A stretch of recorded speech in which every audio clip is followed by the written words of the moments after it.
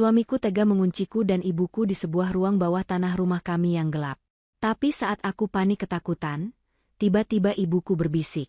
Diam. Mereka tidak tahu apa yang ada di balik dinding ini. Saat suamiku pergi, ibuku mulai menggeser sebuah batu bata dan menunjukkan sebuah rahasia yang telah ia sembunyikan selama 37 tahun. Aku tak menyangka ternyata itu. Sebelum ceritanya dimulai, silahkan tulis di kolom komentar dari daerah mana saja teman-teman yang menonton cerita ini. Jangan lupa like dan subscribe agar channel ini bisa semakin berkembang dan bisa mempersembahkan cerita yang lebih menarik lagi. Suara derit engsel pintu besi tua yang berkarat itu terdengar begitu nyaring dan menyakitkan di telinga, seolah-olah rumah tua ini sedang menjerit kesakitan. Talita terhuyung ke depan, nyaris tersungkur mencium lantai semen yang dingin dan lembab jika saja tangannya tidak sigap menahan tubuhnya. Jilbab instan berwarna abu-abu yang dikenakannya menjadi miring dan berantakan, namun ia tidak lagi peduli pada penampilannya. Napasnya memburu, bercampur dengan isak tangis yang tertahan di tenggorokan. Di sebelahnya, Ibu Ambar, wanita tua yang selama ini ia rawat dengan penuh kasih sayang, tampak gemetar memegangi tongkat kayunya. Mereka berdua baru saja didorong paksa menuruni anak tangga curam menuju ruang bawah tanah oleh satu-satunya laki-laki yang seharusnya menjadi pelindung mereka, Hikam. Talita menoleh ke atas, menatap sosok suaminya yang berdiri di ambang pintu dengan siluet tubuh yang diterangi cahaya lampu lorong rumah. Wajah tampan yang dulu selalu tersenyum manis, saat melamarnya kini berubah menjadi topeng kebencian yang menakutkan. Talita mencoba bangkit, lututnya terasa nyeri karena membentur lantai keras tadi. Ia menatap Hikam dengan pandangan tidak percaya, air mata mengalir deras membasahi pipinya. Ia memohon dengan suara parau agar suaminya itu sadar. Ia bertanya apa salahnya dan apa salah ibunya hingga diperlakukan seperti binatang yang hendak dikurung. Talita mengingatkan Hikam tentang janji pernikahan mereka, tentang bagaimana Hikam bersumpah di hadapan penghulu untuk memuliakannya. Namun, semua kata-kata itu sepertinya hanya memantul sia-sia di dinding lorong yang sempit.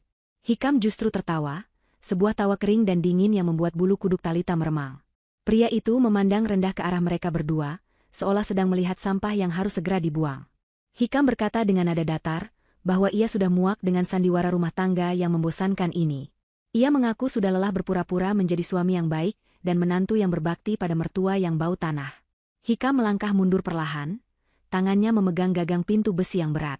Ia mengatakan bahwa rumah tua ini memiliki nilai jual yang sangat tinggi jika saja Ibu Ambar tidak keras kepala mempertahankan kepemilikannya. Hikam menjelaskan rencananya dengan tenang, seolah sedang membicarakan rencana liburan dan bukan rencana pembunuhan perlahan. Ia akan membiarkan mereka di sana, kelaparan dan kehausan, sampai mereka setuju untuk menandatangani surat pemindahan aset yang sudah ia siapkan, atau sampai mereka mati membusuk dan ia bisa mengarang cerita tentang kecelakaan tragis. Talita menjerit histeris, ia berlari menaiki anak tangga mencoba menggapai pintu, tapi ia terlambat. Hikam membanting pintu besi itu dengan keras. Bunyi benturan logam bertemu logam menggema dahsyat, diikuti oleh suara kunci yang diputar 2 kali. Klik, klik. Suara itu adalah suara paling mengerikan yang pernah Talita dengar seumur hidupnya. Kegelapan total langsung menyergap mereka. Tidak ada celah cahaya sedikitpun yang masuk karena ruang bawah tanah ini memang dirancang tanpa ventilasi luar. Udara terasa berat, berbau apek, campuran antara bau tanah basah, jamur, dan barang-barang tua yang sudah puluhan tahun tidak tersentuh matahari. Talita meraba-raba dalam gelap, tangannya menyentuh permukaan pintu besi yang dingin. Ia memukul-mukul pintu itu sekuat tenaga, berteriak memanggil nama Hikam, memohon belas kasihan, memohon setidaknya agar ibunya diberi air minum. Namun, tidak ada jawaban. Suara langkah kaki Hikam terdengar menjauh di lantai atas, ketukan sepatunya di atas lantai marmer terdengar semakin samar hingga akhirnya menghilang sepenuhnya. Sun. Hanya ada suara napas Talita yang tersengal-sengal, dan detak jantungnya sendiri yang berdegup kencang seakan ingin meledak. Rasa takut yang luar biasa mulai merayapi pikiran Talita. Ia membayangkan skenario terburuk, mati perlahan di tempat gelap ini, dikerubungi tikus, tanpa ada orang yang tahu nasib mereka. Ia teringat tetangga mereka yang jarak rumahnya cukup jauh, sehingga teriakan sekeras apapun dari ruang bawah tanah ini tidak mungkin akan terdengar keluar. Keputusasaan mulai melumpuhkan saraf-sarafnya. Ia merosot duduk di anak tangga teratas, memeluk lututnya, dan menangis sejadi-jadinya. Ia merasa bodoh karena selama ini telah mempercayai Hikam, memberikan segalanya untuk pria itu, bahkan melawan keraguan keluarga besarnya saat awal menikah dulu. Ternyata cinta yang ia agung-agungkan hanyalah jalan menuju perangkap mematikan ini. Di tengah tangisannya yang memecah kesunyian, Talita tiba-tiba teringat pada Ibu Ambar. Ia merasa bersalah karena sibuk dengan ketakutannya sendiri, dan melupakan ibunya yang sudah tua. Dalam kegelapan pekat itu, Talita mencoba menggapai-gapai ke arah di mana Ibu Ambar tadi berdiri. Ia memanggil ibunya dengan suara bergetar, takut jika ibunya pingsan atau terkena serangan jantung karena syok. Namun, anehnya, tidak ada suara tangisan atau kepanikan dari arah ibunya. Suasana di sekitar tempat Ibu Ambar berdiri terasa sangat tenang, terlalu tenang untuk situasi yang begitu mencekam. Tiba-tiba, sebuah tangan menyentuh bahu Talita. Tangan itu terasa hangat dan stabil, tidak gemetar sedikit pun. Itu tangan Ibu Ambar. Talita hendak kembali menangis dan mengadu betapa takutnya dia. Namun sebelum sempat ia mengeluarkan suara, tangan keriput ibunya bergerak naik dan menutup mulut Talita dengan lembut namun tegas. Talita terdiam seketika, air matanya masih mengalir, tapi isakannya tertahan. Kemudian, di dekat telinganya, ia mendengar bisikan Ibu Ambar. Suara itu bukan suara wanita tua renta yang biasa ia dengar sehari-hari. Itu adalah suara yang penuh wibawa, tajam, dan sangat terkontrol. Ibu Ambar berbisik menyuruhnya diam, dan berhenti membuang tenaga untuk menangis. Ibu Ambar berkata bahwa Hikam dan siapapun yang bersekongkol dengannya tidak tahu apa-apa tentang rumah ini. Kata-kata itu membuat Talita bingung. Di tengah situasi hidup dan mati ini, ibunya justru terdengar sangat percaya diri. Ibu Ambar melanjutkan bisikannya, mengatakan bahwa mereka tidak tahu apa yang sebenarnya ada di balik dinding ruang bawah tanah ini. Kalimat itu menggantung di udara yang pengap, menciptakan misteri baru yang mengalahkan rasa takut Talita. Ia merasakan Ibu Ambar mulai bergerak menjauhinya, langkah kakinya terdengar teratur menyusuri lantai semen, seolah-olah wanita tua itu bisa melihat dalam kegelapan atau sudah hafal di luar kepala setiap inci dari ruangan mematikan ini. Talita hanya bisa terpaku di tangga, menunggu apa yang akan terjadi selanjutnya, sementara di atas sana, ia membayangkan Hikam sedang merayakan kemenangan semuanya. Talita masih duduk mematung di anak tangga dalam kegelapan yang menyelimuti segalanya. Ia mendengar suara gesekan kain jarik ibunya, dan bunyi tongkat kayu yang mengetuk lantai semen dengan ritme yang aneh. Bukan ketukan acak orang buta yang meraba jalan, melainkan ketukan yang disengaja, seolah sedang menghitung jarak. Talita memberanikan diri bertanya dengan suara lirih, memanggil ibunya dan bertanya apa yang sedang dilakukan. Namun Ibu Ambar tidak menjawab pertanyaannya secara langsung. Dari kejauhan, terdengar suara ibunya bergumam pelan, menghitung langkah dari sudut ruangan. 1, 2, 3, kiri. Gumaman itu terdengar sangat fokus, jauh dari kesan pikun yang selama ini melekat pada citra Ibu Ambar di mata orang lain. Suara gesekan tangan pada permukaan kasar terdengar jelas. Ibu Ambar sedang meraba dinding batu bata yang lembab di sisi utara ruangan. Talita ingat dinding itu hanyalah tembok kusam yang penuh dengan sarang laba-laba, tempat di mana mereka biasa menumpuk kardus-kardus bekas yang tidak terpakai. Tidak ada yang istimewa di sana selain bau tanah yang menyengat. Namun, Ibu Ambar terus meraba dengan tekun. Talita mendengar ibunya menarik napas panjang, lalu menghembuskannya perlahan, seolah sedang mengumpulkan tenaga atau mungkin sedang menikmati momen ini. Ibu Ambar berkata dalam gelap bahwa sudah 37 tahun ia menyiapkan momen ini. Momen di mana seorang laki-laki serakah akan mencoba mengambil alih apa yang bukan haknya. Kalimat itu membuat Talita merinding, bukan karena takut pada hantu, tapi karena ia merasa tidak mengenal sosok ibunya sendiri saat ini. Kemudian, terdengar suara gerusan batu yang berat. Talita membelalakan matanya meskipun percuma, karena ia tidak bisa melihat apa-apa. Suara itu seperti batu bata yang ditarik paksa dari susunannya. Ibu Ambar tidak sedang menghancurkan dinding, melainkan sedang mengoperasikan sesuatu. Terdengar bunyi klik mekanis yang sangat halus, seperti bunyi roda gigi yang saling mengunci setelah sekian lama terdiam. Lalu, suara desis hidrolik yang pelan namun bertenaga memenuhi ruangan bawah tanah itu. Talita merasakan getaran halus di lantai tempatnya duduk. Udara di ruangan itu tiba-tiba berubah, ada aliran udara baru yang lebih segar dan sejuk berhembus menerpa wajahnya, berbeda jauh dengan udara apek ruang bawah tanah. Secercah cahaya remang-remang perlahan muncul dari balik dinding. Talita menutup mulutnya dengan tangan, menahan jeritan kaget. Dinding batu bata di hadapannya, yang selama ini ia kira kokoh dan permanen, ternyata bergeser. Bagian tengah dinding itu mundur ke belakang lalu bergeser ke samping dengan gerakan mulus yang tak terduga, menciptakan celah selebar pintu. Cahaya yang keluar dari sana bukan cahaya lampu pijar kuning biasa, melainkan cahaya putih kebiruan yang berasal dari lampu LED strip yang tertanam rapi di lantai lorong di baliknya.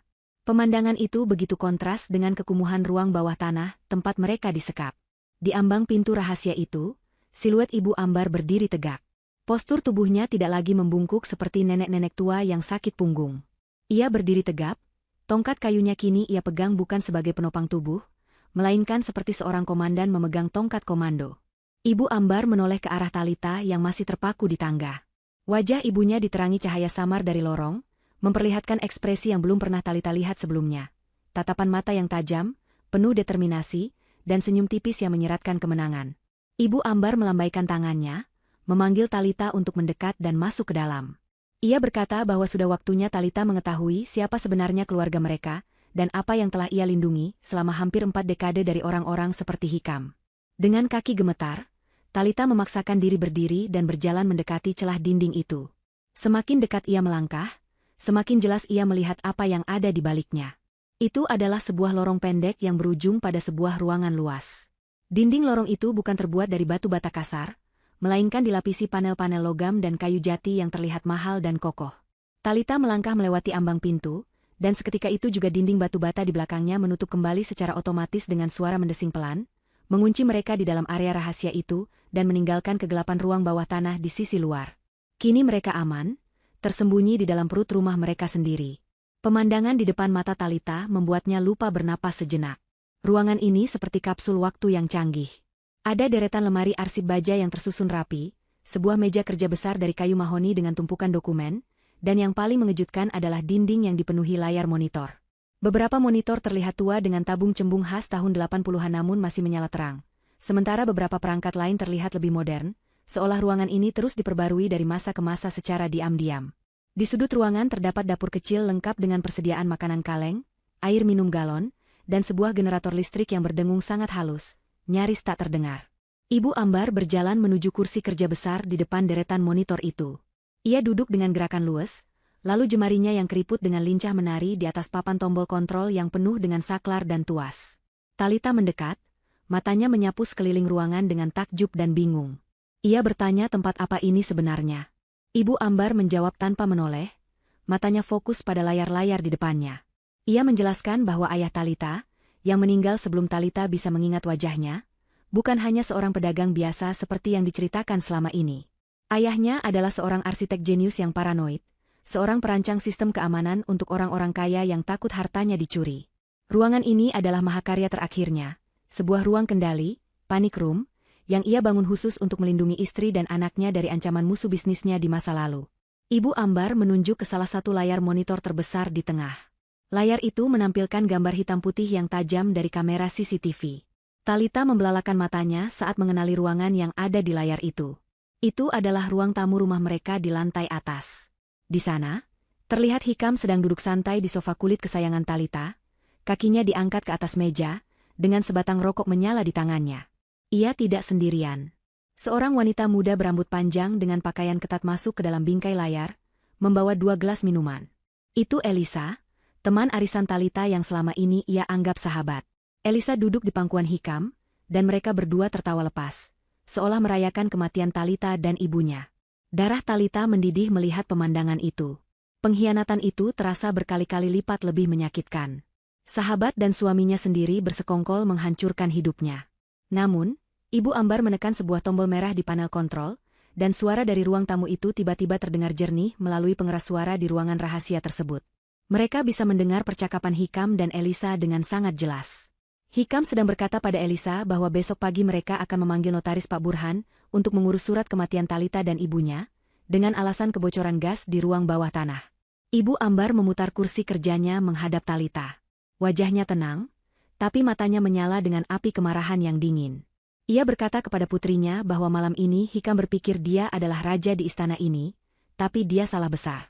Hikam hanyalah tikus yang masuk ke dalam labirin yang dirancang oleh ahlinya. Ibu Ambar menyodorkan sebuah headset kepada Talita dan tersenyum miring.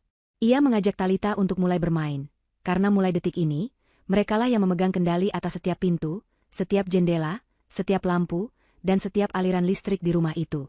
Permainan kucing dan tikus baru saja dimulai, dan Hikam tidak akan pernah menduga siapa yang sebenarnya menjadi pemburunya. Talita masih berdiri terpaku di tengah ruangan yang terasa begitu asing namun, sekaligus memberikan rasa aman yang aneh. Dinding-dinding ruangan itu dilapisi dengan panel peredam suara berkualitas tinggi yang membuat suasana di dalam terasa begitu hening, terpisah sepenuhnya dari dunia luar yang kejam. Udara di dalam ruangan ini terasa sejuk dan kering, diatur oleh sistem sirkulasi udara canggih yang tersembunyi di balik langit-langit rendah. Cahaya lampu neon panjang yang tertanam di plafon memandarkan sinar putih yang stabil, menerangi setiap sudut ruangan yang dipenuhi peralatan elektronik yang tampak seperti perpaduan antara teknologi masa lalu dan masa kini. Talitha menyentuh pinggiran meja kerja yang terbuat dari kayu jati solid, merasakan tekstur halusnya yang terawat, seolah meja itu baru saja dipoles kemarin sore. Ia tidak habis pikir bagaimana ibunya, Ibu Ambar, yang selama ini ia kenal sebagai wanita sederhana yang lebih suka menghabiskan waktu di kebun belakang, bisa menyembunyikan dunia rahasia sebesar ini tepat di bawah pijakan kaki mereka selama bertahun-tahun. Ibu Ambar bergerak dengan tenang menuju sebuah lemari besi di sudut ruangan. Ia membuka pintu lemari itu dan mengambil sebuah teko listrik serta toples berisi bubuk kopi. Dengan gerakan yang sangat santai, seolah mereka sedang berada di dapur biasa dan bukan di ruang persembunyian, Ibu Ambar mulai menyeduh kopi. Aroma kopi yang pekat segera memenuhi ruangan, sedikit mengusir bau ozon yang menguar dari perangkat elektronik yang menyala. Ibu Ambar menyodorkan secangkir kopi hangat kepada Talitha yang masih gemetar. Talitha menerima cangkir itu dengan kedua tangan, membiarkan kehangatannya merambat ke telapak tangannya yang dingin. Ia menatap ibunya lekat-lekat, menuntut penjelasan lebih lanjut tentang semua kegilaan ini. Ibu Ambar menghela napas panjang, lalu mulai bercerita dengan suara yang dalam dan tenang, menceritakan kisah yang selama ini ia kubur dalam-dalam demi keselamatan putri tunggalnya. Wanita tua itu mulai menuturkan bahwa ayah Talitha bukanlah sekadar pedagang kain, seperti yang tertulis dalam cerita keluarga yang selama ini Talitha dengar. Ayahnya adalah seorang arsitek keamanan legendaris yang bekerja untuk klien-klien eksklusif, mulai dari pejabat tinggi hingga pengusaha berlian yang paranoid akan keselamatan harta mereka. Keluarga Bratadikara, nama asli kakek Talitha, adalah nama yang disegani di dunia konstruksi bawah tanah pada zamannya. Ayah Talitha mewarisi kejeniusan itu. Ia merancang rumah ini bukan sekadar sebagai tempat tinggal, melainkan sebagai sebuah benteng pertahanan. Setiap dinding, setiap lorong, dan setiap instalasi listrik di rumah ini memiliki fungsi ganda yang hanya diketahui oleh sang perancang. Namun, pekerjaan itu juga membawa risiko besar. Banyak orang yang menginginkan cetak biru sistem keamanan yang dibuat ayahnya, dan ancaman penculikan menjadi makanan sehari-hari. Itulah sebabnya, setelah ayah Talitha meninggal secara misterius dalam sebuah kecelakaan mobil 37 tahun yang lalu, Ibu Ambar memutuskan untuk menghapus jejak keluarga mereka, mengganti nama, dan hidup sebagai janda sederhana yang tampak lemah agar tidak ada lagi musuh yang mengendus keberadaan mereka. Talitha mendengarkan cerita itu dengan mulut ternganga. Ia merasa seperti sedang mendengarkan plot film aksi, padahal ini adalah sejarah hidupnya sendiri. Rasa kagum perlahan menggantikan rasa takut di hatinya. Ternyata darah yang mengalir di tubuhnya bukan darah orang lemah, melainkan darah para jenius yang tangguh. Ibu Ambar kemudian menunjuk ke arah deretan monitor di dinding depan. Ia menjelaskan bahwa ruangan ini adalah otak dari seluruh rumah. Dari sini, mereka bisa mengendalikan segalanya. Sistem CCTV yang terpasang bukanlah kamera biasa yang bisa dibeli di toko elektronik. Kamera-kamera itu adalah lensa mikro yang disembunyikan di dalam ornamen lampu gantung, di balik lukisan dinding, bahkan di dalam patung hiasan di ruang tamu. Tidak ada 1 inci pun di rumah bagian atas yang luput dari pengawasan ruangan ini. Ibu Ambar menekan beberapa tombol di panel kendali, dan gambar di layar utama berubah, menampilkan sudut pandang yang berbeda dari ruang tamu. Di layar monitor itu, Talitha melihat sebuah mobil sedan hitam berhenti di halaman depan rumah. Pintu mobil terbuka, dan keluarlah seorang pria parubaya dengan setelan jas lusuh sambil menenteng sebuah tas kerja kulit yang terlihat berat. Itu adalah Pak Burhan, notaris keluarga yang selama ini mengurus surat-surat tanah mereka. Hikam menyambut kedatangan Pak Burhan dengan senyum lebar yang dibuat-buat, lalu mempersilakannya masuk ke ruang tamu. Elisa, selingkuhan Hikam, terlihat sibuk merapikan meja, menyingkirkan botol-botol minuman keras agar terlihat lebih sopan di depan tamu. Melalui pengeras suara yang jernih di ruang kendali, Talitha dan Ibu Ambar bisa mendengar setiap kata yang mereka ucapkan. Hikam berbasa-basi sejenak tentang cuaca malam itu, sebelum akhirnya masuk inti pembicaraan yang membuat darah Talitha mendidih. Hikam dengan wajah tanpa dosa menceritakan skenario palsu kepada Pak Burhan. Ia mengatakan bahwa Talitha dan Ibu Ambar baru saja mengalami kecelakaan tragis di ruang bawah tanah, karena menghirup gas beracun dari pipa tua yang bocor. Hikam berpura-pura sedih, bahkan sempat mengusap matanya yang kering seolah sedang menghapus air mata duka. Ia meminta Pak Burhan untuk segera memproses surat kematian dan surat pemindahan hak waris atas nama dirinya sebagai suami sah, dengan alasan untuk memudahkan pengurusan pemakaman dan administrasi asuransi. Pak Burhan, yang tampak gugup namun matanya berbinar melihat tumpukan uang tunai yang diletakkan Hikam di atas meja, mengangguk setuju. Pria itu mengeluarkan berkas-berkas dari tasnya, siap untuk melegalkan kejahatan tersebut. Talita mencengkeram lengan kursi kerjanya dengan kuat hingga buku-buku jarinya memutih. Ia melihat betapa terencananya semua ini. Hikam tidak bertindak impulsif. Ia sudah merencanakan pembunuhan ini sejak lama. Talita merasa mual melihat wajah suaminya yang dulu ia cintai kini terlihat begitu menjijikkan. Ia ingin berteriak, ingin mendobrak keluar dan mencakar wajah Hikam, tapi ia tahu itu tindakan bodoh. Ibu Ambar meletakkan tangannya di atas tangan Talita, menenangkannya. Tatapan Ibu Ambar begitu dingin dan penuh perhitungan. Ia berbisik kepada Talita bahwa kemarahan adalah bahan bakar yang bagus, tapi harus digunakan dengan bijak. Ibu Ambar mengatakan bahwa mereka tidak akan membiarkan Hikam mendapatkan kematian yang mudah. Mereka akan membuat Hikam merasakan teror perlahan yang akan menghancurkan kewarasannya sebelum polisi datang menjemput. Di ruang kendali sang arsitek ini, Talita perlahan belajar bahwa diam bukan berarti kalah, dan bersembunyi bukan berarti takut. Malam ini, ia akan belajar menjadi dalang di balik layar, memainkan nasib orang-orang jahat di atas sana seperti wayang kulit. Suasana di dalam ruang rahasia itu semakin terasa intens seiring berjalannya waktu. Talita kini duduk di samping ibunya, matanya tak lepas dari layar monitor yang menampilkan drama kemunafikan di ruang tamu. Namun, perhatian Ibu Ambar kini beralih ke sebuah brankas besar yang tertanam di dinding sebelah kanan, tersembunyi di balik sebuah panel kayu geser. Brankas itu terlihat sangat kokoh, terbuat dari baja hitam dengan sistem penguncian ganda yang rumit. Ibu Ambar bangkit dari kursinya dan berjalan menuju brankas tersebut. Ia tidak menggunakan kunci biasa atau memutar kombinasi angka. Sebagai gantinya, ia menempelkan telapak tangannya pada sebuah lempengan kaca gelap di pintu brankas, lalu mendekatkan wajahnya ke sebuah lensa kecil di atasnya. Terdengar bunyi bip digital yang halus, diikuti suara mekanisme berat yang bergeser di dalam dinding baja itu. Pintu brankas terbuka perlahan dengan desis udara, mengungkapkan isi di dalamnya yang selama ini menjadi misteri. Talita mendekat dengan rasa ingin tahu yang membuncah. Ia membayangkan akan melihat tumpukan emas batangan atau uang tunai dalam jumlah besar seperti di film-film. Namun, isi brankas itu ternyata jauh lebih sederhana namun memiliki bobot nilai yang tak terbayangkan. Di rak-rak besi di dalam brankas itu, tersusun rapi tumpukan dokumen tua yang dibungkus plastik pelindung, beberapa sertifikat tanah asli dengan cap resmi negara, dan sebuah buku tebal bersampul kulit merah tua yang terlihat sangat kuno. Ibu Ambar mengambil buku merah itu dengan hati-hati, seolah benda itu adalah peninggalan suci, lalu membawanya ke meja kerja di bawah cahaya lampu baca. Ia membuka halaman pertama buku itu dan menunjukkannya kepada Talita. Di sana, tertera sebuah silsilah keluarga yang rumit, lengkap dengan daftar aset properti yang tersebar di berbagai lokasi strategis di kota itu, serta nomor-nomor rekening di bank luar negeri yang tidak pernah Talita ketahui keberadaannya. Ibu Ambar menjelaskan dengan suara tenang bahwa Hikam selama ini mencari harta karun, fisik yang ia duga disembunyikan di dinding-dinding rumah. Hikam berpikir ada emas atau berlian yang ditanam di pondasi. Padahal, kekayaan sejati keluarga Bratadikara bukanlah benda mati yang bisa dicuri begitu saja. Kekayaan itu berupa aset legal dan investasi jangka panjang yang semuanya telah dikunci rapat dalam sistem hukum dan perbankan. Dan yang paling mengejutkan bagi Talita adalah ketika ibunya menunjukkan halaman terakhir buku merah itu. Di sana tertulis bahwa seluruh aset tersebut, tanpa terkecuali, telah diatasnamakan Talita sejak ia lahir. Ayahnya telah membuat surat wasiat yang tidak bisa diganggu-gugat, yang menyatakan bahwa hak kepemilikan hanya bisa diakses dan dialihkan oleh Talita sendiri saat usianya menginjak 25 tahun, usia Talita saat ini. Namun, perlindungan aset itu tidak berhenti di situ. Ibu Ambar menjelaskan bahwa untuk mencairkan atau memindahkan aset-aset tersebut, diperlukan kunci biometrik. Bukan tanda tangan di atas kertas yang bisa dipalsukan oleh notaris korup seperti Pak Burhan, melainkan verifikasi sidik jari dan pemindaian retina mata Talita yang harus dilakukan secara langsung di bank kustodian yang ditunjuk. Hikam bisa saja memaksa Talita menandatangani ribuan lembar kertas, atau bahkan membunuhnya, tapi tanpa kehadiran fisik Talita yang hidup di bank tersebut, semua harta itu akan tetap membeku selamanya, tidak bisa disentuh oleh siapapun. Hikam sedang mengejar bayangan kosong. Keserakahannya telah membutakan logikanya, membuatnya tidak menyadari bahwa ia sedang berusaha membuka pintu yang kuncinya ada pada orang yang hendak ia bunuh. Talita merasakan campuran perasaan bangga dan haru.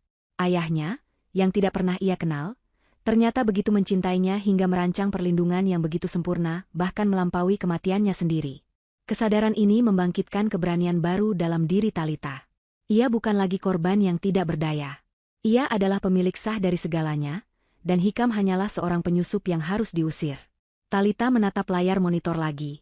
Di sana, Hikam sedang tertawa sambil mengangkat gelas bersulang dengan Pak Burhan, merayakan keberhasilan rencana busuk mereka yang sebenarnya sia-sia. Talita menoleh pada ibunya dan bertanya apa yang harus mereka lakukan sekarang. Apakah mereka harus menunggu polisi datang atau mulai bertindak sendiri? Ibu Ambar tersenyum tipis, sebuah senyuman penuh arti yang menyeratkan dimulainya sebuah permainan. Ia berkata bahwa memanggil polisi sekarang terlalu mudah dan terlalu cepat. Hikam belum merasakan ketakutan yang sesungguhnya. Mereka harus memberi pelajaran pada Hikam bahwa rumah ini memiliki nyawa, dan rumah ini marah. Ibu Ambar menarik kursi Talita agar duduk di depan panel kontrol utama. Ia mengajarkan Talita fungsi dari tombol-tombol berwarna yang berderet di sana. Ada tombol untuk mengunci pintu secara magnetis, ada tombol untuk mematikan aliran air, dan ada deretan saklar untuk mengendalikan setiap titik lampu di rumah itu. Ibu Ambar menunjuk satu tombol khusus yang terhubung dengan sistem kelistrikan ruang tamu.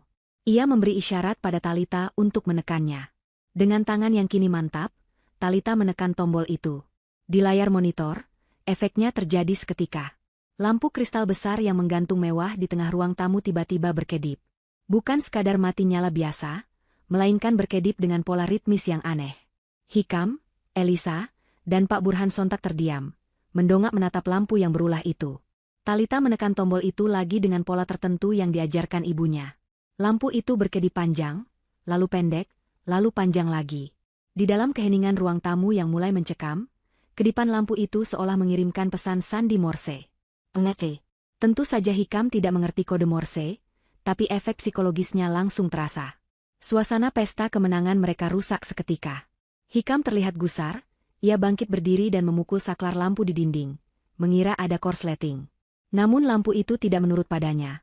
Lampu itu terus berkedip seolah sedang mengejeknya. Talita merasakan kepuasan yang belum pernah ia rasakan sebelumnya. Ia bisa melihat ketakutan mulai merayap di wajah Elisa yang pucat.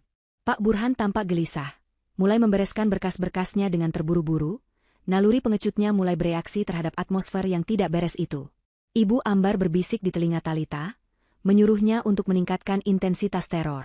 Ia menunjuk tuas pengatur suhu ruangan, AC. Talita memutar tuas itu ke titik terendah secara drastis. Di layar monitor, terlihat Elisa mulai menggosok-gosok lengannya, menggigil kedinginan. Hembusan angin dingin yang tidak wajar mulai menyapu ruang tamu, seolah-olah hantu dari masa lalu sedang lewat di antara mereka. Ini baru permulaan.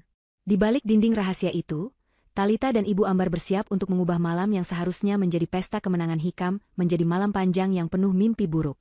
Mereka akan membuat Hikam percaya bahwa arwah istri dan mertuanya telah bangkit untuk menuntut balas, sebelum hukum dunia nyata menjatuhkan vonisnya. Suasana di ruang kendali bawah tanah semakin tegang namun terkendali. Talita menatap layar monitor dengan napas tertahan, matanya mengikuti setiap pergerakan orang-orang di ruang tamu lantai atas yang mulai dilanda kepanikan. Ibu Ambar, dengan ketenangan seorang jenderal perang, menggeser beberapa tuas kecil di papan pencampur audio yang terhubung ke sistem pengeras suara tersembunyi di seluruh penjuru rumah. Sistem ini dulunya dirancang oleh ayah Talita untuk memberikan pengumuman darurat atau menakut-nakuti penyusup, dan malam ini, fungsinya akan dimaksimalkan untuk menghancurkan mental musuh. Ibu Ambar memutar sebuah knop bertuliskan master volume ke level yang cukup tinggi, lalu jarinya menekan tombol pemutar rekaman digital. Di lantai atas, keheningan mencekam yang sempat terjadi akibat lampu berkedip dan suhu ruangan yang turun drastis tiba-tiba pecah. Suara Hikam terdengar menggema memenuhi seluruh ruangan, keras dan jernih seolah-olah berasal dari langit-langit rumah itu sendiri. Itu adalah rekaman suara Hikam beberapa menit yang lalu, saat ia dengan sombong menjelaskan rencana pembunuhan Talita kepada Elisa. Kalimat demi kalimat terdengar berulang-ulang, memantul dari dinding ke dinding. Kata-kata keji tentang rencana membuat seolah ada kebocoran gas, dan bagaimana mereka akan menyingkirkan mayat Talita dan Ibu Ambar terdengar begitu mengerikan saat diputar ulang dengan volume maksimal. Wajah Hikam di layar monitor tampak pucat pasi, matanya liar mencari sumber suara. Ia berteriak menyuruh siapapun yang bermain-main dengannya untuk keluar, namun suaranya tenggelam oleh gema suaranya sendiri yang terus berulang seperti mantra kutukan. Pak Burhan, notaris yang sedari tadi sudah gelisah, akhirnya tidak kuat lagi menahan rasa takutnya. Pria tua itu melompat dari kursi sofa, menyambar tas kerjanya dengan tangan gemetar, hingga beberapa berkas penting berhamburan ke lantai. Ia berteriak histeris bahwa ia tidak mau terlibat dalam urusan klinik atau jebakan seperti ini. Bagi Pak Burhan, uang suap yang dijanjikan Hikam tidak sebanding dengan teror psikologis yang ia rasakan saat ini. Ia berlari kencang menuju pintu depan, menabrak meja kopi hingga gelas-gelas kaca jatuh dan pecah berkeping-keping. Hikam berusaha mengejarnya, mencoba menahan notaris itu agar tidak pergi, karena ia membutuhkan tanda tangan palsu malam ini juga. Namun, Pak Burhan meronta dengan tenaga orang yang ketakutan setengah mati, mendorong tubuh Hikam hingga terhuyung, lalu menghambur keluar rumah dan memacu mobilnya pergi meninggalkan pekarangan dengan ban berdecit. Kini tinggal tersisa Hikam dan Elisa di ruang tamu yang dingin dan bising itu. Elisa menutup telinganya dengan kedua tangan, menjerit menyuruh Hikam mematikan suara itu. Wanita itu mulai menangis ketakutan, menuduh Hikam telah membohonginya. Elisa berteriak bahwa rumah ini berhantu dan arwah Talita pasti sedang menuntut balas. Tuduhan itu membuat emosi Hikam meledak. Ia menampar pipi Elisa agar wanita itu diam, lalu dengan napas memburu ia menyambar sebuah linggis besi yang tadi ia gunakan untuk mencongkel lemari pajangan. Mata Hikam menyala dengan kemarahan dan kegilaan. Ia yakin ini bukan hantu. Ia yakin Talita dan Ibu Ambar pasti belum mati, dan sedang mengerjainya dari suatu tempat. Logika jahatnya mengatakan bahwa ia harus menyelesaikan pekerjaan ini dengan tangannya sendiri. Ia harus memastikan kedua wanita itu benar-benar tidak bernapas lagi. Dengan langkah lebar dan kasar, Hikam berjalan menuju pintu yang mengarah ke tangga ruang bawah tanah. Talita di ruang kendali, meremas tangan ibunya saat melihat suaminya mendekati lokasi penyekapan mereka tadi. Jantung Talita berdegup kencang. Meskipun ia tahu mereka aman di balik dinding rahasia, rasa trauma saat diseret ke sana masih membekas kuat. Ibu Ambar menepuk punggung tangan Talita pelan, memberi isyarat untuk tetap tenang dan menyaksikan pertunjukan utama. Di layar monitor khusus yang menyorot lorong bawah tanah, mereka melihat Hikam menuruni tangga dengan tergesa-gesa, linggis tergenggam erat di tangan kanannya siap untuk menghantam apa saja. Hikam sampai di depan pintu besi ruang bawah tanah. Ia merogoh saku celananya dengan kasar, mengeluarkan kunci gembok dengan tangan gemetar karena amarah. Ia bersiap untuk menghajar siapapun yang ada di dalam sana, karena telah berani mempermainkannya. Dengan gerakan kasar, ia memutar kunci dan menendang pintu besi itu hingga terbuka lebar, menghantam dinding dengan suara dentuman keras. Hikam mengangkat linggisnya tinggi-tinggi, siap menyerang. Namun, seketika itu juga tubuhnya mematung. Matanya melotot nyaris keluar dari kelopaknya. Mulutnya ternganga lebar, namun tidak ada suara yang keluar. Linggis di tangannya perlahan turun seiring dengan runtuhnya keberaniannya. Ruangan itu kosong. Kosong melompong. Tidak ada Talita. Tidak ada Ibu Ambar. Tidak ada jejak siapapun. Hanya lantai semen yang dingin dan dinding batu bata yang kusam dan lembab. Tali tambang yang tadi ia siapkan untuk mengikat mereka masih tergeletak di sudut, tidak tersentuh. Botol air minum yang sempat jatuh juga masih di sana. Tapi manusia-manusianya lenyap tanpa bekas. Hikam melangkah masuk dengan ragu, memutar-mutar badannya, memeriksa setiap sudut yang gelap. Ia meraba dinding, memukul-mukul tumpukan kardus bekas, bahkan melihat ke langit-langit, mencari celah ventilasi yang mungkin bisa digunakan untuk kabur. Tapi nihil. Ruangan itu tertutup rapat tanpa jendela. Pintu besi adalah satu-satunya akses keluar masuk, dan kuncinya selalu ada di sakunya. Logika Hikam mulai retak. Bagaimana mungkin dua orang wanita, satu di antaranya sudah tua renta, bisa menghilang dari ruangan tertutup rapat dalam waktu sekejap? Di ruang rahasia, Talita melihat kebingungan yang nyata di wajah suaminya. Ia melihat Hikam mundur perlahan dari ruangan itu dengan wajah yang menggambarkan ketakutan murni. Untuk pertama kalinya malam itu, Hikam tidak terlihat seperti predator, melainkan seperti mangsa yang sadar bahwa ia sedang diawasi oleh sesuatu yang tidak bisa ia lihat. Ibu Ambar mematikan rekaman suara yang menggema tadi, membuat suasana rumah tiba-tiba menjadi sunyi senyap. Kesunyian yang mendadak itu justru semakin mencekam bagi Hikam. Ia berlari menaiki tangga kembali ke atas, napasnya memburu seperti orang yang dikejar setan, meninggalkan ruang bawah tanah yang kini kembali gelap gulita, menyimpan rahasia di balik dindingnya yang tak tersentuh. Hikam kembali ke ruang tamu dengan wajah pucat pasi, seolah darah telah terkuras habis dari tubuhnya. Ia melempar linggisnya ke lantai marmer, hingga menimbulkan bunyi dentingan nyaring yang mengejutkan Elisa.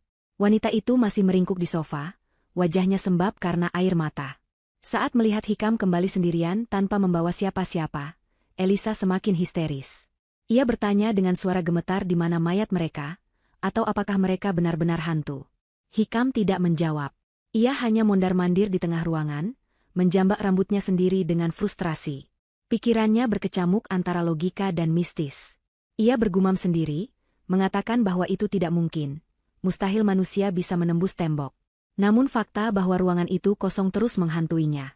Ia mulai menendang perabotan di sekitarnya, melampiaskan kekalutan pikirannya pada kursi dan meja mahal yang ada di sana. Di ruang kendali, Ibu Ambar mengamati perilaku menantunya dengan tatapan analitis. Ia berkata kepada Talita bahwa Hikam sekarang berada di titik paling berbahaya sekaligus paling lemah. Akal sehatnya mulai hilang, digantikan oleh paranoia. Ini adalah saat yang tepat untuk memancingnya lebih jauh. Ibu Ambar menunjuk ke sebuah lorong kecil di peta digital rumah yang terpampang di salah satu layar. Lorong itu adalah jalur servis sempit yang menghubungkan ruang rahasia tempat mereka berada dengan kamar tidur utama di lantai 2. Jalur itu tersembunyi di balik dinding lemari pakaian walk-in closet milik Talita. Ibu Ambar mengatakan bahwa mereka perlu mengambil ponsel pintar Talita dan beberapa perhiasan emas yang disimpan di laci kamar sebagai bukti tambahan dan alat komunikasi cadangan, karena ponsel di ruang kendali hanya bisa digunakan untuk panggilan darurat satelit. Selain itu, mereka perlu memancing Hikam agar semakin yakin bahwa ada orang lain di rumah itu. Talita, yang kini sudah memiliki keberanian baru, menyanggupi tugas itu.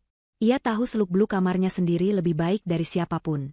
Dengan berbekal senter kecil dan panduan ibunya melalui AirPH nirkabel, Talita masuk ke dalam lorong sempit di belakang ruang kendali. Lorong itu gelap dan berdebu, hanya cukup untuk satu orang berjalan menyamping. Dindingnya terbuat dari beton kasar yang dingin. Talita melangkah perlahan, menaiki tangga besi spiral yang sempit menuju lantai 2. Jantungnya berdegup kencang, setiap langkah terasa berat namun penuh determinasi. Ia merasa seperti mata-mata dalam misinya sendiri. Sesampainya di ujung tangga, Talita menemukan panel kayu yang menjadi pintu akses rahasia. Ia mengintip melalui celah kecil. Kamar tidurnya gelap, hanya diterangi cahaya bulan yang masuk dari jendela. Pintu kamar tertutup rapat. Talita menekan tuas rahasia, dan dinding bagian belakang lemari pakaiannya bergeser tanpa suara.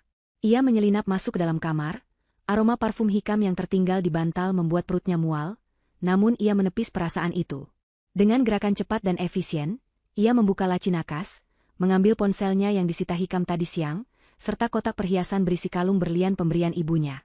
Saat ia hendak kembali ke lemari, terdengar suara langkah kaki berat menaiki tangga utama rumah menuju lantai 2. Itu Hikam. Pria itu sedang menuju kamar tidur utama, mungkin untuk mencari dokumen tanah, atau sekadar memeriksa apakah Talita bersembunyi di sana. Talita membeku sejenak. Jika ia tertangkap sekarang, semua rencana ini akan hancur lebur. Suara Ibu Ambar terdengar tenang namun mendesak di telinganya, menyuruhnya segera masuk kembali ke lorong rahasia. Namun, kotak perhiasan di tangan Talita tersenggol vas bunga kecil di atas meja rias. Vas itu jatuh. Meski Talita berhasil menangkapnya sebelum menyentuh lantai, bunyi benturan kecil tetap terdengar. Di luar pintu, langkah kaki Hikam terhenti. Pria itu mendengar sesuatu. Gagang pintu kamar mulai bergerak turun. Dengan adrenalin yang memuncak, Talita melompat masuk ke dalam lemari pakaian, menekan tombol penutup dinding rahasia tepat saat pintu kamar tidur terbuka lebar. Hikam menyalakan lampu kamar dengan kasar. Ia berdiri di ambang pintu, matanya menyapu seluruh ruangan dengan curiga. Ia berjalan perlahan masuk, memeriksa kolong tempat tidur, membuka pintu kamar mandi, dan akhirnya berjalan menuju lemari pakaian. Jantung Talita serasa berhenti berdetak. Ia berdiri di balik dinding tipis di dalam lemari, hanya berjarak beberapa sentimeter dari suaminya. Hikam membuka pintu lemari pakaian, menyingkirkan baju-baju gantung dengan kasar. Tidak ada siapa-siapa. Dinding belakang lemari terlihat solid seperti kayu biasa. Hikam memukul dinding itu sekali karena kesal, tidak menyadari bahwa istrinya berdiri tepat di baliknya dengan menahan napas. Hikam mendengus marah, lalu keluar dari kamar membanting pintu. Talita menghembuskan napas lega yang panjang, kakinya terasa lemas. Ia segera kembali menuruni tangga spiral menuju ruang kendali. Sesampainya di bawah, ia disambut senyuman bangga Ibu Ambar. Misi berhasil. Namun, permainan belum berakhir. Hikam yang tidak menemukan siapapun di kamar tidur kini, kembali ke lantai bawah dengan kemarahan yang memuncak. Ia mulai menghancurkan dinding ruang tengah dengan linggisnya. Ia berteriak-teriak tidak jelas, menuduh dinding rumah ini menyembunyikan sesuatu. Ia memukul tembok di dekat perapian, hingga plester semennya rontok. Pukulannya semakin brutal, seolah ia ingin merobohkan rumah itu batu demi batu. Tindakan destruktif Hikam ini memicu sensor getaran yang tertanam di struktur rumah. Di ruang kendali, lampu indikator berwarna merah mulai berkedip cepat. Sistem keamanan rumah mendeteksi adanya upaya perusakan struktur yang membahayakan integritas bangunan. Ibu Ambar melihat layar dengan tatapan dingin. Ia berkata bahwa Hikam telah memilih nasibnya sendiri. Sistem pertahanan otomatis atau lockdown protocol telah aktif karena pemicu getaran ekstrim tersebut. Tiba-tiba, terdengar suara sirine rendah yang berdengung di seluruh rumah. Di lantai atas, Hikam berhenti memukul dinding, bingung dengan suara itu. Sebelum ia sempat bereaksi, terdengar suara dentuman logam yang serentak dari segala penjuru. Tirai-tirai besi rolling door yang tersembunyi di balik kosen jendela dan pintu meluncur turun dengan kecepatan tinggi. Brak, brak, brak. Dalam hitungan detik, seluruh akses keluar masuk rumah tertutup oleh jeruji besi tebal yang tidak mungkin ditembus oleh linggis sekalipun. Pintu utama, pintu belakang, jendela ruang tamu, hingga jendela kamar mandi, semuanya terkunci total. Rumah mewah itu kini berubah menjadi penjara besi yang kokoh. Hikam berlari menuju pintu depan, mencoba mengangkat teralis besi itu dengan tangan kosong, namun percuma. Besi itu terlalu berat dan terkunci secara mekanis. Ia lari ke jendela, memukul kaca hingga pecah, namun di baliknya tetap ada jeruji baja yang menghalanginya keluar. Ia terperangkap. Elisa menjerit histeris melihat keadaan itu, merasa seperti tikus yang masuk perangkap. Hikam berbalik menatap sekeliling rumahnya yang kini terasa semakin sempit dan mencekam. Ia menyadari bahwa ia bukan lagi tuan rumah di sini. Ia adalah tawanan. Dan dari pengeras suara yang kembali menyala, terdengar suara tawa pelan Ibu Ambar, tawa yang membuat darah Hikam membeku, menandakan bahwa sang pemburu kini benar-benar telah menjadi buruan di dalam labirin ciptaannya sendiri. Suasana di dalam rumah mewah itu, kini berubah menjadi seperti di dalam perut kapal selam yang sedang tenggelam. Teralis besi yang menutup seluruh akses keluar masuk membuat udara terasa semakin padat dan mencekam. Cahaya lampu yang masih berkedip-kedip, tidak beraturan menambah kesan horor, yang membuat kewarasan Elisa runtuh sepenuhnya. Wanita itu meringkuk di sudut ruangan, di bawah sebuah lukisan abstrak besar, sambil memeluk lututnya erat-erat. Ia menangis histeris, meracau tentang dosa-dosa masa lalunya, seolah sedang melakukan pengakuan dosa menjelang ajal. Ia menyalahkan Hikam atas semua ide gila ini. Elisa berteriak bahwa ia seharusnya tidak pernah mendengarkan bujuk rayu Hikam untuk merebut rumah ini. Ia hanya ingin uang, bukan terkurung dalam peti besi raksasa bersama orang gila. Hikam yang mendengar racauan Elisa menjadi semakin berang. Pria itu berdiri di tengah ruangan dengan napas memburu, matanya merah menyala menatap sekeliling. Linggis di tangannya masih ia genggam erat, seolah itu adalah satu-satunya teman yang bisa ia percaya saat ini. Ia berjalan mendekati Elisa, membentak wanita itu agar diam. Hikam mengatakan bahwa tangisan Elisa tidak akan membuat pintu besi itu terbuka. Namun Elisa justru semakin menjadi-jadi. Ia menuding wajah Hikam, menyebutnya sebagai pembunuh gagal dan penipu ulung. Elisa berteriak bahwa ia tahu Hikamlah yang memotong kabel rem mobil Talita bulan lalu, sebuah insiden yang waktu itu dianggap sebagai kelalaian bengkel semata. Elisa mengaku ia diam saja waktu itu karena cinta butanya, tapi sekarang ia sadar bahwa ia mencintai monster. Di ruang kendali bawah tanah, Talita tersentak mendengar pengakuan itu. Tangannya menutup mulut, matanya terbelalak menatap layar monitor. Jadi kecelakaan kecil yang ia alami di jalan tol sebulan lalu bukanlah kebetulan. Suaminya sendiri yang mencoba membunuhnya. Rasa sakit hati yang mendalam menghujam dada Talita, namun rasa itu segera tergantikan oleh kemarahan yang membara. Ibu Ambar, yang melihat reaksi putrinya, langsung mengambil tindakan. Ia menarik mikrofon ke dekat bibirnya, menekan tombol override agar suaranya terdengar dominan di seluruh penjuru rumah. Kali ini, ia tidak memutar rekaman. Ia berbicara langsung. Suara Ibu Ambar menggema berat dan penuh wibawa melalui sistem pengeras suara yang tertanam di langit-langit katedral ruang tamu. Ia memanggil nama Hikam dengan nada datar yang menusuk tulang. Hikam tersentak, ia berputar liar mencari sumber suara itu. Ia berteriak menantang, bertanya di mana Ibu Ambar bersembunyi. Ibu Ambar menjawab dengan tenang bahwa ia ada di mana-mana, ia adalah rumah ini. Ibu Ambar memprovokasi Hikam, memintanya untuk jujur di saat-saat terakhirnya. Ia bertanya apa sebenarnya tujuan Hikam menikahi Talita, apakah hanya demi harta yang ia bayangkan ada di balik dinding-dinding ini. Hikam yang sudah kehilangan akal sehatnya karena rasa takut dan frustrasi akhirnya meledak. Ia tertawa terbahak-bahak, tawa yang terdengar sumbang dan mengerikan. Ia menengadah ke langit-langit, berteriak lantang seolah sedang berpidato di hadapan penonton tak kasat mata. Ia mengakui semuanya. Dengan lantang ia berteriak bahwa ia memang tidak pernah mencintai Talita. Baginya, Talita hanyalah wanita bodoh dan membosankan yang menjadi tiket emas menuju kekayaan. Ia mengaku menikahi Talita hanya untuk mendekati Ibu Ambar dan menguasai aset tanah yang nilainya miliaran rupiah itu. Hikam juga mengakui dengan bangga bahwa dialah yang merencanakan segalanya, mulai dari teror mental hingga rencana pembunuhan malam ini. Ia merasa tidak ada gunanya lagi berbohong karena ia yakin tidak ada polisi di sana, hanya ada hantu dan tembok bisu. Talita di ruang bawah tanah, merekam semua pengakuan itu dengan sistem digital canggih milik ayahnya. Air matanya sudah kering. Kini yang tersisa hanyalah tekad untuk melihat suaminya hancur. Namun, situasi di lantai atas berubah menjadi sangat berbahaya. Setelah puas berteriak, Hikam berjalan menuju gudang kecil di bawah tangga, tempat penyimpanan peralatan kebun. Ia keluar membawa sebuah jerigen merah berisi bensin cadangan untuk mesin pemotong rumput. Wajahnya menyeringai gila. Ia berkata jika ia tidak bisa memiliki rumah ini, maka tidak ada seorang pun yang boleh memilikinya. Ia akan membakar rumah ini sampai rata dengan tanah, dan ia tidak peduli jika ia harus mati terbakar di dalamnya bersama hantu-hantu yang mengganggunya. Elisa menjerit ketakutan, mencoba lari menjauh, tapi Hikam dengan cepat mulai menyiramkan bensin itu ke sofa, karpet tebal, dan tirai-tirai mahal yang menjuntai. Bau bensin yang menyengat langsung memenuhi ruangan yang tertutup rapat itu, menciptakan atmosfer yang sangat mudah meledak. Bau bensin yang tajam itu seakan bisa tercium hingga ke dalam ruang kendali melalui imajinasi Talita yang ketakutan.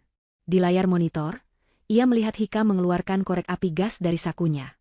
Talita panik, ia mencengkeram lengan ibunya.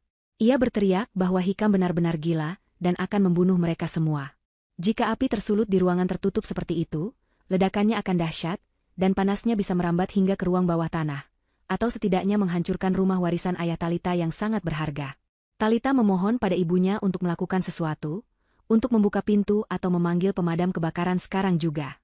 Namun, Ibu Ambar tetap duduk tenang di kursinya, meskipun raut wajahnya menunjukkan konsentrasi tingkat tinggi. Ia tidak terlihat panik sedikitpun. Tangan keriputnya bergerak menuju sebuah panel kaca khusus yang terletak terpisah dari tombol-tombol lain. Di balik kaca itu terdapat sebuah tuas besar berwarna merah menyala dengan tulisan peringatan bahaya, Halon Purge System. Ibu Ambar menjelaskan dengan cepat pada Talita, bahwa ayahnya sudah memprediksi skenario terburuk ini. Ayahnya tahu bahwa musuh-musuhnya mungkin akan mencoba membakar rumah untuk menghilangkan jejak. Karena itu, ia memasang sistem pemadam api kelas militer yang menggunakan gas halon, sebuah gas yang mampu mematikan api secara kimiawi dalam hitungan detik tanpa merusak peralatan elektronik atau dokumen kertas. Namun sangat berbahaya jika dihirup manusia dalam waktu lama karena menggantikan oksigen di udara. Di layar monitor, Hikam menyalakan korek apinya. Api kecil menari di ujung pemantik. Elisa berteriak memohon ampun, tapi Hikam sudah tidak peduli. Ia melempar korek api itu ke atas sofa yang sudah basah oleh bensin. Wush! Api langsung menyambar dengan ganas. Lidah api berwarna oranye dan biru melahap kain sofa dan merambat cepat ke karpet. Asap hitam pekat mulai membumbung tinggi, memenuhi ruangan dalam sekejap mata. Suhu ruangan melonjak drastis. Hikam tertawa melihat api itu, sebuah tawa kemenangan yang sakit jiwa. Tepat pada detik itu, Ibu Ambar memecahkan kaca pelindung dengan siku-sikunya dan menarik tuas merah itu ke bawah dengan kuat. Terdengar suara desis keras yang sangat nyaring dari langit-langit ruang tamu, seperti suara ribuan ular yang mendesis bersamaan. Set. Dari puluhan nozzle tersembunyi di plafon, gas putih tebal menyembur keluar dengan tekanan tinggi. Gas itu berat dan dingin, langsung turun menyelimuti ruangan, menekan asap dan api. Efeknya instan dan ajaib. Lidah api yang tadi berkobar ganas tiba-tiba mengecil, tercekik, dan padam total dalam waktu kurang dari 10 detik, seolah ada tangan raksasa yang mematikan lilin. Ruangan yang tadi terang oleh api kini kembali remang-remang, dipenuhi kabut gas halon berwarna putih susu. Namun, drama belum berakhir. Gas itu menyedot oksigen di ruangan tersebut secara drastis. Hikam yang sedang tertawa tiba-tiba terbatuk hebat. Ia memegangi lehernya, matanya melotot mencari udara. Ia mencoba menarik napas, tapi paru-parunya tidak mendapatkan oksigen yang dibutuhkan. Elisa sudah lebih dulu ambruk ke lantai, pingsan karena hipoksia atau kekurangan oksigen. Hikam terhuyung-huyung, ia mencoba berjalan menuju pintu depan, tapi kakinya terasa seperti jeli. Pandangannya mulai kabur, menggelap di tepiannya. Ia jatuh berlutut, tangannya menggapai-gapai udara kosong. Dalam kesadaran terakhirnya yang memudar, ia melihat ke arah kamera CCTV di sudut ruangan. Ia merasa seolah mata Ibu Ambar sedang menatapnya dari sana. Tubuh Hikam akhirnya menyerah. Ia jatuh telungkup di lantai marmer yang basah oleh sisa bensin dan gas, tidak sadarkan diri di samping linggis kesayangannya. Melihat musuh-musuhnya sudah lumpuh total, Ibu Ambar segera melakukan prosedur pembersihan udara. Ia menekan tombol ventilasi darurat. Kipas exhaust besar di atap rumah mulai berputar, menyedot gas halon keluar dan memasukkan udara segar dari luar. Bersamaan dengan itu, Talita melihat lampu biru berkedip-kedip di layar monitor CCTV bagian luar pagar. 3 mobil polisi dan 1 mobil ambulans baru saja tiba di depan gerbang, sirine mereka memecah keheningan malam. Rupanya sinyal SOS yang dikirimkan sistem otomatis rumah, saat mode lockdown aktif, telah diterima oleh kepolisian pusat. Ibu Ambar berdiri, merapikan bajunya. Ia menoleh pada Talita dan berkata bahwa pertunjukan sudah selesai, sekarang waktunya untuk babak penutup. Mereka harus berakting. Ibu Ambar menekan tombol untuk membuka kunci pintu gerbang depan dan pintu utama rumah, membiarkan polisi masuk. Kemudian, ia mengajak Talita menuju sebuah pintu rahasia lain di belakang ruang kendali. Pintu itu menuju ke sebuah terowongan drainase kering yang berujung di gazebo taman belakang. Rencana mereka adalah keluar dari sana, lalu berlari menuju polisi seolah-olah mereka baru saja berhasil meloloskan diri dari penyekapan di ruang bawah tanah melalui jendela belakang. Sementara Hikam dan Elisa ditemukan pingsan di ruang tamu yang penuh bukti kejahatan. Talita mengangguk mantap. Ia mengikuti ibunya menyusuri lorong sempit itu. Saat mereka keluar di udara malam yang segar di taman belakang, Talita menghirup napas dalam-dalam. Udara kebebasan terasa begitu manis. Ia melihat ibunya mengacak-acak sedikit rambutnya dan merobek sedikit ujung bajunya agar terlihat lebih meyakinkan sebagai korban yang traumatis. Talita melakukan hal yang sama. Mereka berdua berjalan terseok-seok menuju halaman depan tempat polisi mulai berdatangan dengan senjata lengkap, siap memainkan peran terakhir mereka untuk memastikan Hikam membusuk di penjara seumur hidupnya. Cahaya lampu rotator merah dan biru yang berputar liar, membelah kepekatan malam di kawasan perumahan elit itu. Suara sirine yang meraung-raung susul-menyusul memecahkan keheningan, membuat tetangga-tetangga yang penasaran mulai bermunculan di balik pagar rumah mereka, berbisik-bisik menebak tragedi apa yang sedang menimpa rumah keluarga Ibu Ambar. Di halaman depan yang kini terang benderang oleh sorot lampu mobil patroli, drama penyelamatan yang telah diskenariokan dengan sempurna oleh Ibu Ambar sedang mencapai puncaknya. Talita dan ibunya muncul dari arah samping rumah. Tepatnya dari balik rimbunan tanaman bougainville yang menutupi pintu keluar lorong drainase rahasia. Penampilan mereka sangat meyakinkan sebagai korban yang baru saja lolos dari maut. Wajah Talita sengaja dibiarkan kotor oleh debu tanah, jilbabnya sedikit miring dan kusut, sementara napasnya tersengal-sengal seolah ia baru saja berlari maraton menghindari kejaran pembunuh. Ibu Ambar, dengan kemampuan akting yang luar biasa, berjalan tertatih-tatih sambil memegangi dadanya. Wajahnya menyeratkan kelelahan dan ketakutan yang mendalam selayaknya seorang lansia yang mengalami trauma berat. Pasukan polisi bersenjata lengkap yang melihat kemunculan dua wanita itu, segera berlari menghampiri. Seorang polisi wanita dengan sigap memapah Ibu Ambar, menanyakan keadaannya dengan nada panik. Talita langsung menjatuhkan dirinya ke pelukan petugas itu, menangis histeris dengan suara yang cukup keras agar terdengar oleh saksi mata lain.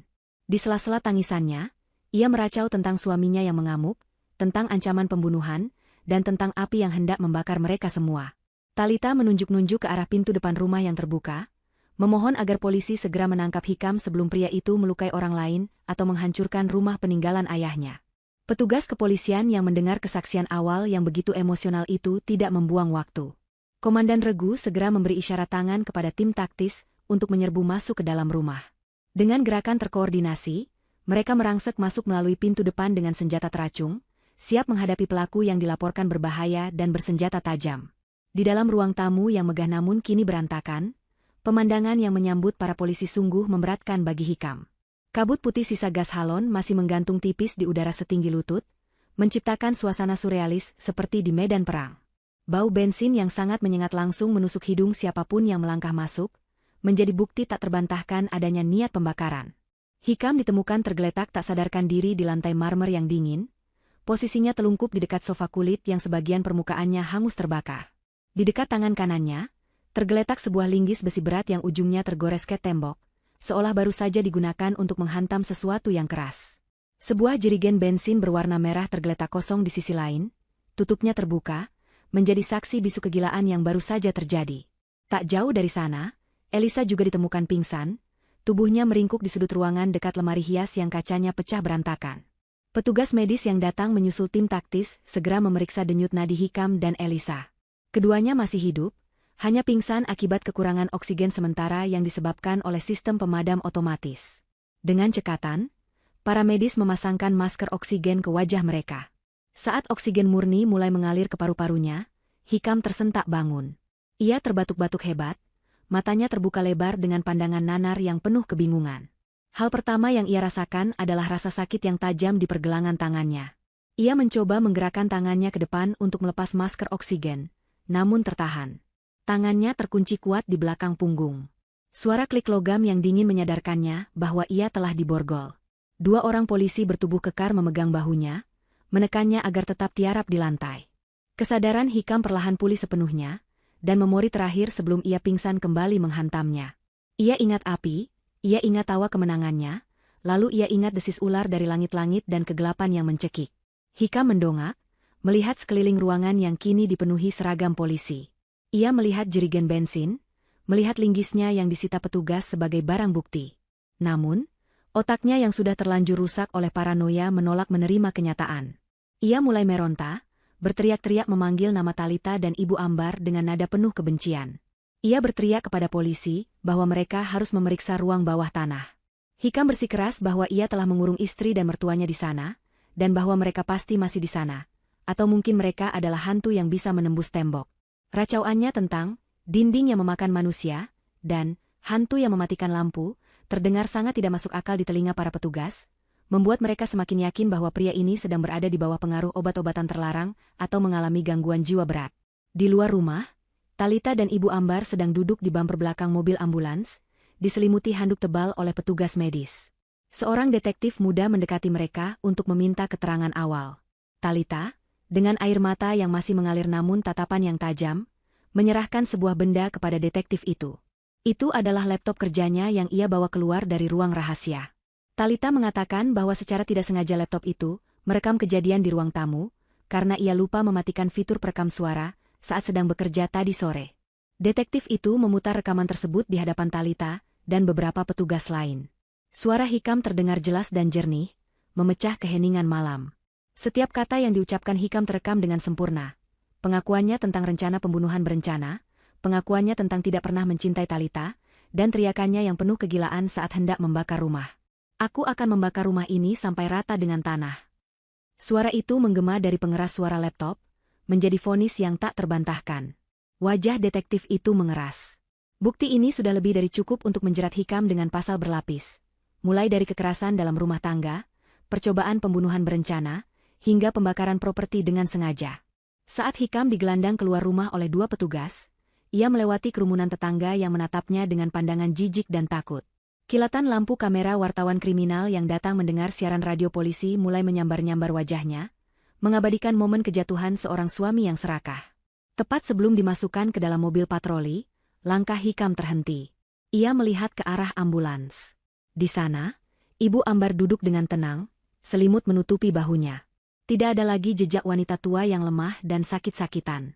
Postur tubuhnya tegak, dagunya terangkat dengan wibawa seorang ratu yang baru saja memenangkan perang dan memenggal kepala musuhnya. Mata Ibu Ambar bertemu dengan mata Hikam. Tatapan itu dingin, menusuk, dan penuh dengan kepuasan yang mengerikan. Perlahan, tangan kanan Ibu Ambar keluar dari balik selimut. Di tangannya, ia memegang sebuah batu bata merah. Itu adalah batu bata dumi yang menjadi kunci mekanisme pintu rahasia di ruang bawah tanah. Hikam mengenali bentuk dan warna batu bata itu, karena ia sempat melihat sekilas saat dinding bergeser dalam delusinya, atau setidaknya itulah yang ia pikirkan. Ibu Ambar tersenyum tipis, sangat tipis, lalu meremas batu bata itu dengan santai sebelum meletakkannya kembali di pangkuannya. Pesan itu tersampaikan dengan sangat jelas tanpa perlu satu kata pun terucap. Kau kalah telak, nak. Rumah ini, dinding ini, semuanya adalah milikku. Melihat senyuman dan batu bata itu, sisa kewarasan Hikam runtuh seketika. Ia menjerit histeris, meronta sekuat tenaga hingga hampir menjatuhkan petugas yang memeganginya. Ia berteriak menunjuk-nunjuk Ibu Ambar, menuduhnya sebagai penyihir, sebagai iblis yang mengendalikan batu bata. Ia berteriak bahwa dinding rumah itu hidup, bahwa mertuanya bisa berjalan menembus tembok. Dia memegang kuncinya. Dia iblis. Lepaskan aku. Dinding itu bernapas. Teriakannya yang semakin tidak terkendali membuat polisi terpaksa bertindak tegas. Mereka menekan kepala Hikam agar menunduk, mendorongnya masuk ke kursi belakang mobil patroli, dan membanting pintu hingga tertutup rapat. Dari balik kaca jendela mobil, Hikam masih terus berteriak dan memukul-mukul kaca. Matanya melotot liar menatap rumah yang berdiri kokoh di belakangnya. Rumah itu tampak gelap dan misterius, seolah sedang menertawakannya. Sementara itu, Elisa yang juga digiring ke mobil polisi terpisah hanya bisa menangis sesenggukan. Ia tidak melawan. Ia sudah hancur secara mental melihat bagaimana Hikam berubah menjadi monster, dan bagaimana rencana jahat mereka berbalik menyerang mereka sendiri. Elisa menunduk dalam-dalam saat melewati Talita, tidak berani menatap wajah sahabat yang telah ia hianati. Talita hanya memandang Elisa dengan tatapan datar, tanpa rasa kasihan, namun juga tanpa dendam yang berapi-api. Baginya, Elisa hanyalah pion kecil yang bodoh dalam permainan catur ini, korban lain dari keserakahan yang mematikan. Talita memalingkan wajahnya, memilih untuk fokus pada ibunya yang kini sedang menyesap air mineral yang diberikan petugas. Malam panjang yang penuh teror itu akhirnya mencapai ujungnya. Langit di timur mulai menampakkan semburat jingga tipis, menandakan fajar akan segera menyingsing, membawa cahaya matahari yang akan menyinari kemenangan mereka dan mengusir kegelapan yang selama ini menyelimuti rumah warisan itu. 3 bulan telah berlalu sejak malam yang penuh dengan api dan tipu daya itu.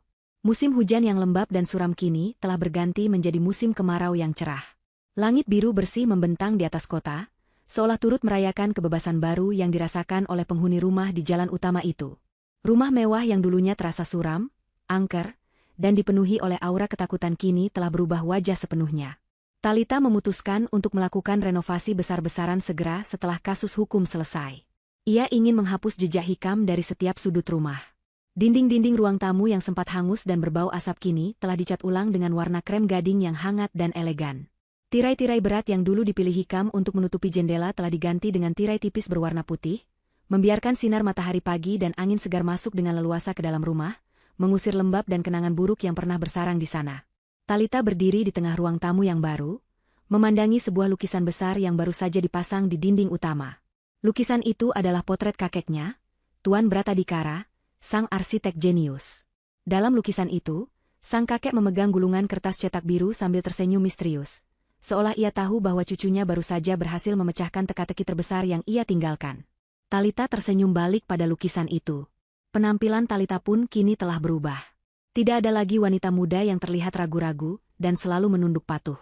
Talita kini tampil dengan gaya busana muslimah modern yang cik dan profesional. Ia mengenakan blazer dengan potongan tegas dan jilbab bermotif geometris yang rapi. Aura kepemimpinan memancar kuat dari dirinya. Ia bukan lagi sekadar istri penurut. Ia adalah kepala keluarga Bratadikara yang baru, pemegang kendali atas aset dan warisan yang luar biasa besar. Berita tentang persidangan Hikam dan Elisa menjadi topik hangat yang menghiasi halaman utama surat kabar dan portal berita daring selama berminggu-minggu. Publik dibuat ternganga oleh fakta-fakta yang terungkap di pengadilan. Rekaman suara yang diputar sebagai barang bukti utama, membuat tidak ada celah bagi pengacara Hikam untuk membela kliennya. Ditambah lagi dengan kesaksian Pak Burhan, notaris pengecut yang tertangkap di bandara saat mencoba kabur ke luar negeri, semakin memperberat posisi Hikam. Pak Burhan bernyanyi nyaring demi mendapatkan keringanan hukuman, membeberkan semua rencana pemalsuan surat tanah dan skenario kematian palsu yang disusun Hikam. Namun, yang paling mengejutkan adalah kondisi mental Hikam. Di dalam sel tahanan sementara, Hikam terus-menerus berhalusinasi tentang dinding yang bergerak dan menyempit. Ia menolak tidur karena takut dinding sel akan menelannya. Psikiater forensik mendiagnosisnya menderita skizofrenia paranoid akut yang dipicu oleh syok berat dan obsesi patologis.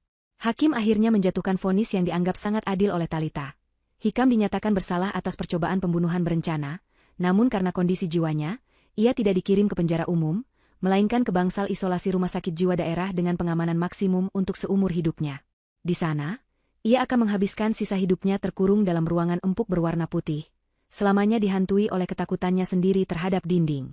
Elisa, yang memberikan kesaksian memberatkan untuk Hikam, tetap dijatuhi hukuman 5 tahun penjara karena persekongkolan jahat. Keadilan telah ditegakkan dengan cara yang paling puitis. Sore itu, suasana di teras belakang rumah terasa begitu damai. Talita duduk bersantai di kursi rotan bersama Ibu Ambar, menikmati teh hangat dan kue kering buatan sendiri. Taman belakang yang dulu tidak terawat kini, telah disulap menjadi taman bunga yang asri dengan gemericik air mancur kecil di sudutnya. Namun, perubahan terbesar terjadi pada akses menuju ruang bawah tanah. Talita dan Ibu Ambar sepakat untuk tidak menutup kembali dinding rahasia itu. Sebaliknya, mereka merombak total area tersebut. Dinding batu bata yang menjadi pintu masuk kini dibiarkan terbuka secara permanen, dipasangi bingkai kayu jati yang kokoh. Ruang kendali dan lorong di bawahnya telah direnovasi menjadi perpustakaan pribadi dan galeri arsip keluarga. Ruangan itu kini menjadi tempat favorit Talita untuk bekerja dan mempelajari sejarah keluarganya. Ia menghabiskan banyak waktu di sana, membaca jurnal-jurnal peninggalan ayahnya, mempelajari diagram sistem keamanan, dan memahami betapa jeniusnya darah yang mengalir di tubuhnya. Bu, Talita memulai pembicaraan, meletakkan cangkir teh porselennya di atas meja kaca. Matanya menatap lurus ke arah jalan raya di depan rumah yang terlihat dari celah pagar tanaman. Aku sudah mengecek semua dokumen di buku merah itu berulang kali. Semua aset tanah, saham, dan deposito sudah berhasil kualihkan sepenuhnya ke namaku. Pengacara baru kita bilang posisi hukum kita sangat kuat, tidak ada yang bisa menggugat lagi. Tapi, ada satu hal yang masih mengganjal di pikiranku. Ibu Ambar menoleh, alisnya yang mulai memutih terangkat sedikit, namun senyum geli bermain di bibirnya. Ia tampak jauh lebih sehat dan segar dibandingkan 3 bulan lalu. Beban rahasia yang selama ini ia pikul sendirian telah terangkat, membuatnya merasa 10 tahun lebih muda. Apa itu, sayang? Apa ada kode sandi ayahmu yang belum bisa kau pecahkan? Talita mengangguk pelan. Ia mengeluarkan sebuah buku catatan kecil dari tas kerjanya. Di halaman terakhir buku merah, tepat di bagian sampul belakang bagian dalam, aku menemukan sebuah deretan angka koordinat dan sebuah diagram skematik kasar. Diagram itu menunjuk ke arah seberang jalan, tepatnya ke gedung bank swasta tua yang sudah lama tutup dan terbengkalai itu. Ayah menuliskan catatan kecil dengan tinta merah di bawahnya, jalur darurat B, Hasanah Besi. Apa maksudnya, Bu? Ibu Ambar tertawa kecil, suara tawanya renyah dan penuh arti. Ia meletakkan majalah yang sedang dibacanya, lalu mencondongkan tubuhnya ke arah Talita, seolah hendak membagikan rahasia negara. Kau tahu, Talita, ayahmu adalah orang yang paranoid namun visioner. Ia selalu punya rencana cadangan untuk rencana cadangannya. Lorong di rumah ini hanyalah sebagian kecil dari mahakaryanya. Ruang kendali di bawah sana didesain untuk bertahan hidup selama seminggu, tapi ayahmu memikirkan skenario terburuk. Bagaimana jika rumah ini dikepung musuh dan hancur total? Bagaimana kita bisa kabur jika jalanan diblokade? Wanita tua itu mengangkat tangannya, menunjuk lurus ke arah gedung bank tua berlantai 2 di seberang jalan yang cat dindingnya sudah mengelupas kusam. Gedung itu terlihat seperti bangunan mati yang menunggu waktu untuk dirobohkan. Gedung itu dulunya adalah salah satu kantor cabang bank swasta yang brankas utamanya, atau hasanahnya didesain, dan dibangun oleh kakek dan ayahmu. Konstruksinya sangat kuat, tahan ledakan bom sekalipun. Dan ya, jawaban dari pertanyaanmu adalah, ada satu lorong bawah tanah lagi, sebuah terowongan beton bertulang yang menghubungkan ruang genset di bawah perpustakaan kita ini, melintasi bagian bawah jalan raya, dan berujung langsung di dalam ruang hasanah bank itu. Mata Talita membelalak takjub, mulutnya sedikit terbuka. Jadi, kita punya akses rahasia masuk ke dalam bank itu? Lewat bawah tanah? Bukan hanya punya akses. Ibu Ambar mengoreksi dengan nada bangga, matanya berbinar mengenang masa lalu suaminya. Kita memiliki gedungnya, Talita. Ayahmu membelinya secara diam-diam atas nama perusahaan cangkang 30 tahun yang lalu saat bank itu likuidasi. Gedung itu milik kita. Dan di dalam ruang hasanah bank yang tertutup rapat itu, ayahmu tidak menyimpan uang. Ia menyimpan sesuatu yang jauh lebih berharga. Di sana tersimpan cetak biru asli dari semua proyek sistem keamanan rahasia yang pernah dikerjakan keluarga Bratadikara untuk klien-klien elit di seluruh negeri, bahkan mungkin proyek pemerintah. Itu adalah warisan ilmu, data, dan koneksi yang nilainya jauh melampaui tumpukan emas batangan. Itu adalah kunci menuju kekuasaan yang sesungguhnya. Talita menatap gedung tua di seberang jalan itu dengan pandangan yang sama sekali baru. Gedung yang selama ini ia anggap sebagai rongsokan kota ternyata adalah benteng pertahanan terakhir dan gudang harta karun intelektual keluarganya. Ia merasakan desiran darah petualang ayahnya mengalir deras di nadinya. Ketakutan dan keraguan yang dulu selalu menghantuinya kini telah sirna, digantikan oleh rasa penasaran dan ambisi yang menyala-nyala. Ia menyadari bahwa perjalanannya baru saja dimulai. Mengalahkan Hikam hanyalah ujian masuk. Ujian sesungguhnya adalah bagaimana ia mengelola warisan raksasa ini. Talita bangkit dari kursinya, merapikan letak jilbabnya, lalu mengulurkan tangan kepada ibunya. Senyum lebar yang penuh percaya diri terukir di wajahnya. Kalau begitu, Bu, kurasa kita tidak boleh membiarkan warisan itu berdebu lebih lama lagi. Bagaimana kalau kita jalan-jalan sore ini? Aku ingin melihat apa yang ada di ujung terowongan itu. Aku ingin melihat hasanah besi.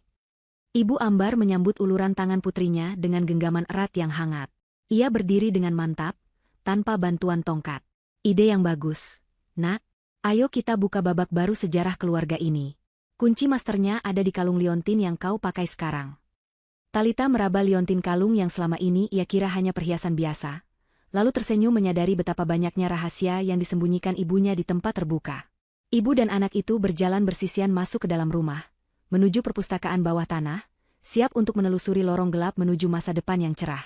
Kamera perlahan menjauh, memperlihatkan rumah yang kini berdiri megah dan damai, menyimpan 1000 rahasia di dalam perut buminya, sementara matahari sore yang keemasan menyinari atapnya, seolah merestui kelahiran sang pemilik tahta baru.